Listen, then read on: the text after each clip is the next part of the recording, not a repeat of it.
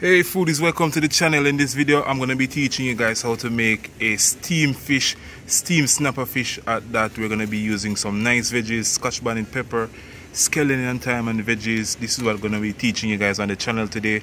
Remember to turn on the notification bell, subscribe to the channel. I'm Alex, the Feel Good Chef. Let's get this video on the road.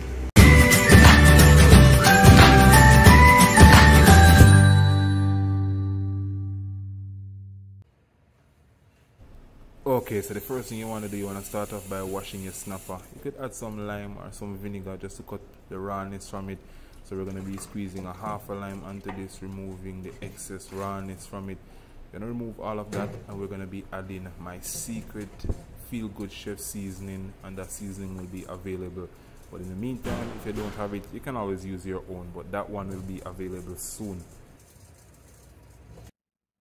Adding some more of the seasoning to the boiling water, and again you can always use your own seasoning. Then we're going to be adding in our whole snapper, then we're going to be adding in our veggies, and this is carrots, peppers, we have some garlic, scotch bonnet pepper, thyme, and also a tablespoon of butter. We're going to let this cook on both sides for about 8 minutes. Remember to turn it periodically, and you have to cover it so that steam and all that juice stays in the fish, and it will be ready shortly. So you want to turn it over after 8 minutes, and then we're going to let this cook on the next side for 8 minutes, and then we'll be good to go. Remember to subscribe, guys.